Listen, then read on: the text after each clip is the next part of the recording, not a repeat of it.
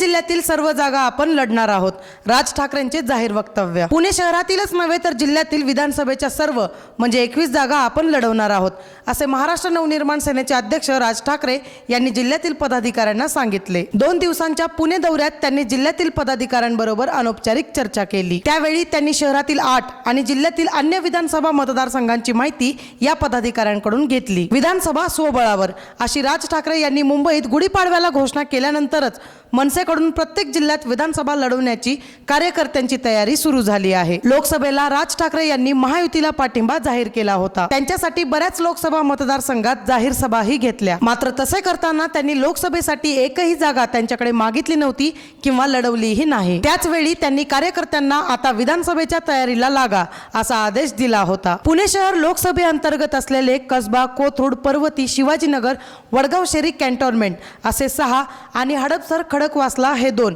असे 8 विधानसभा मतदारसंघ लढण्याबाबत त्यांनी पदाधिकाऱ्यांबरोबर अनौपचारिक चर्चा केली। ही बैठक नव्हती, मात्र राज ठाकरे यांनी प्रत्येक विधानसभा मतदारसंघातील एकूण राजकीय स्थिती जाणून घेतली। पुण्यातील काही पदाधिकाऱ्यांकडेही राज्यातील जिल्ह्यांच्या सर्वेक्षणाच्या जबाबदाऱ्या देण्यात आल्या होत्या। त्यात प्रामुख्याने बाबू वागसकर यांच्याकडे सोलापूर, ॲडव्होकेट गणेश सातपुते यांच्याकडे परभणी, हेमंत संबूस यांच्याकडे हिंगोली, साईनाथ बाबर यांच्याकडे बुलढाणा यांचा समावेश होता। या पदाधिकाऱ्यांनीही आपापल्या जिल्ह्यांचे अहवाल राज ठाकरे यांना दिल्याची माहिती मिळाली। ती अधिकृत बैठक नव्हती तर पक्षांतर्गत अनौपचारिक चर्चा होती। राज ठाकरे यांना पुणे शहर व जिल्ह्याचीही बारकाईने माहिती आहे। पुण्याबद्दल त्यांना अत्यंतिक जिव्हाळा आहे। त्यांचा आदेश आमच्यासाठी सर्व काही आहे, त्यामुळे आम्ही जिल्ह्यातील 21 विधानसभा मतदारसंघ लढण्याच्या तयारीत आहोत, असे मनसेचे संपर्क नेते बाबू वागसकर यांनी सांगितले।